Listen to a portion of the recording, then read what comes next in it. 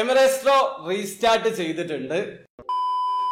Hello, അപ്പോൾ എല്ലാവർക്കും പുതിയൊരു വീഡിയോയിലേക്ക് സ്വാഗതം. ഒരു സന്തോഷ വാർത്തയുണ്ട്. അതായത് ജനുവരി 1-ാം തീയതി മുതൽ എമറേസ്റ്റോ പൗസ് ചെയ്ത് വെച്ചതായിരുന്നു. അതുകൊണ്ട് തന്നെ ഒരുപാട് ആൾക്കാരെ ചോദിക്കുന്നുണ്ടായിരുന്നു എന്നാണ് എമറേസ്റ്റോ റീസ്റ്റാർട്ട് ചെയ്യാന്നുള്ളത്.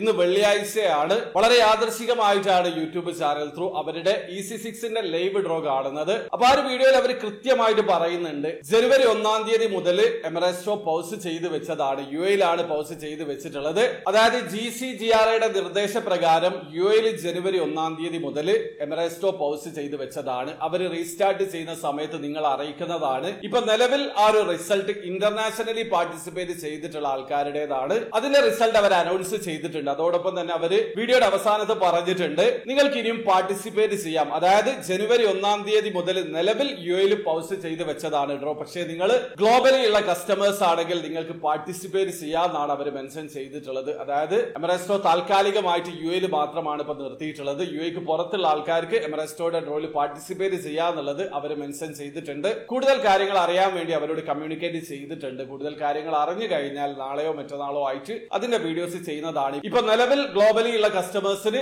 എമറേസ്റ്റോയിൽ പാർട്ടിസിപ്പേറ്റ് ചെയ്യാൻ പറ്റുന്നതാണ്. അപ്പൊ വീഡിയോ ആദ്യമായി കാണുന്ന ആൾക്കാരാണെങ്കിൽ എമറേസ്റ്റോയിൽ എങ്ങനെ ഓൺലൈൻ ത്രൂ അക്കൗണ്ട് രജിസ്റ്റർ ചെയ്തിരിക്കുന്നത് പർച്ചേസ് ചെയ്യാന്നുള്ളത് അറിയാത്ത ഒരാളാണെങ്കിൽ അതിന്റെ ഒരു ഡീറ്റെയിൽഡ് ആയിട്ടുള്ള വീഡിയോ ഞാൻ ചെയ്തിട്ടുണ്ട്. വീഡിയോയുടെ ലിങ്ക് ഡിസ്ക്രിപ്ഷനിൽ ഉണ്ടാവും. അറിയണം താല്പര്യമുള്ള ആൾക്കാർ ആ വീഡിയോ കണ്ട് മനസ്സിലാക്കാൻ ശ്രമിക്കുക. അപ്പോൾ വീഡിയോ ഇഷ്ടപ്പെട്ടെങ്കിൽ ലൈക്ക് ചെയ്യുക, ചാനൽ സബ്സ്ക്രൈബ് ചെയ്യാതെ സബ്സ്ക്രൈബ് ചെയ്യാൻ നിങ്ങളെ സപ്പോർട്ട് അറിയിക്കുക. അടുത്ത വീഡിയോ കാണുന്നവരെ ബൈ ബൈ.